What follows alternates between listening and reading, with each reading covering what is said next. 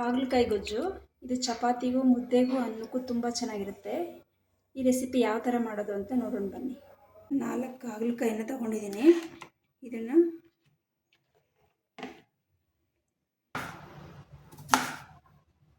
ಈ ಸೈಜ್ಗೆ ಕಟ್ ಮಾಡ್ಕೊತಾ ಇದ್ದೀನಿ. ಎಲ್ಲನೂ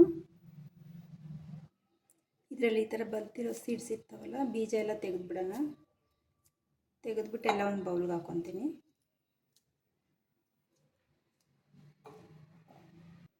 ನಾನಿಲ್ಲಿ ಈ ಥರ ಬಲ್ತಿರೋ ಬೀಜ ಮಾತ್ರ ತೆಗೆದಿದ್ದೀನಿ. ಈ ಥರ ಎಳೆದೆಲ್ಲ ತೆಗೆದಿಲ್ಲ, ಹಂಗೆ ಹಾಕ್ಕೊತಾ ಇದ್ದೀನಿ. ನಾನಿಲ್ಲಿ 1 ಸ್ಪೂನ್ ಉಪ್ಪು ಹಾಕ್ತಾಯಿದ್ದೀನಿ.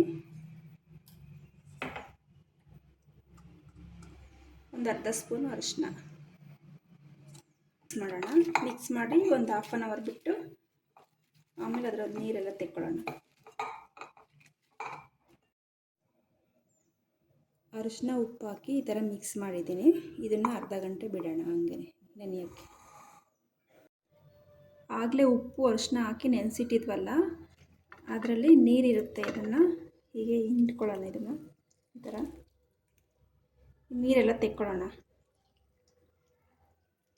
ತೆಕ್ಕೊಂಡು ಬೇರೆ ಬೌಲ್ ಹಾಕ್ಕೊತೀನಿ.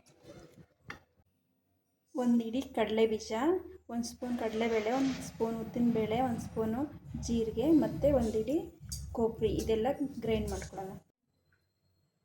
ಇವಾಗ ಈ ಹಾಗಲಕಾಯಿನ ಎಣ್ಣೆಲಿ ಫ್ರೈ ಮಾಡ್ಕೊಳ್ಳೋಣ.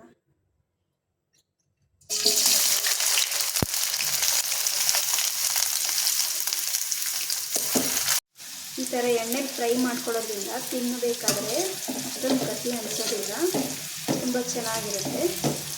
ಇನ್ನೂ ಸ್ವಲ್ಪ ಇದು ಕಲರ್ ಬರಬೇಕು, ಅದಕ್ಕೆ ಫ್ರೈ ಮಾಡ್ಕೊಳ್ಳೋಣ. ಇದಾಗಿದೆ. ಇವಾಗ ತೊಗೊತಾ ಇದ್ದೀನಿ. ಎಲ್ಲ ಒಂದು ಪ್ಲೇಟಲ್ಲಿ ತೆಕ್ಕೊತೀನಿ ಫ್ರೈ ಆಗಿರೋದೆಲ್ಲನ. ಇವಾಗ ಅದೇ ಎಣ್ಣೆಗೆ ಸಾಸಿವೆ, 2 ಈರುಳ್ಳಿ ತೊಗೊಂಡಿದ್ದೀನಿ, ಉದ್ದ ಕಟ್ ಮಾಡ್ಕೊಂಡಿದ್ದೀನಿ. ಈಗ ಇದಾಗಿದೆ. ಇದು ಕರಿಬೇವು ಹಾಕ್ಕೊತೀನಿ. 2 ಆಪಲ್ ಟೊಮೊಟೊ ತೊಗೊಂಡಿದ್ದೀನಿ. ಇವಾಗ ಟೊಮೊಟೊ ಎಲ್ಲ ಮೆತ್ತಗಾಗಿದೆ. ಈ ಥರ ಫ್ರೈ ಆದಮೇಲೆ 1/4 ಸ್ಪೂನ್ ಅರಿಶಿನ, 2 ಸ್ಪೂನ್ ಚಿಲ್ಲಿ ಪೌಡ್ರು,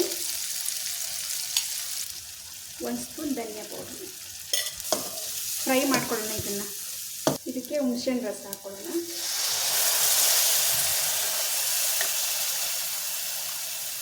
ಅದಾದಮೇಲೆ ಗ್ರೈಂಡ್ ಮಾಡ್ಕೊಂಡಿರೋ ಪೌಡರ್ ಹಾಕ್ತಿದ್ದೀನಿ.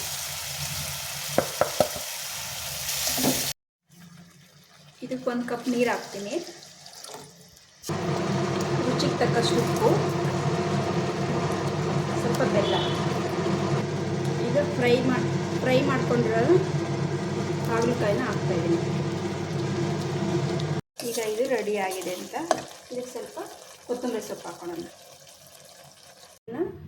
ಒಂದು ಬೌಲ್ಗೆ ಸರ್ವ್ ಮಾಡ್ಕೊಳ್ಳೋಣ. ಇಷ್ಟೊತ್ತು ಈ ವಿಡಿಯೋ ನೋಡಿದ್ದಕ್ಕೆ ತುಂಬ ಥ್ಯಾಂಕ್ಸ್. ಈ ರೆಸಿಪಿ ಇಷ್ಟ ಆದರೆ ಲೈಕ್ ಮಾಡಿ, ಶೇರ್ ಮಾಡಿ. ಸುಜಾತ ಕೈ ರುಚಿಗೆ ಸಬ್ಸ್ಕ್ರೈಬ್ ಆಗಿ.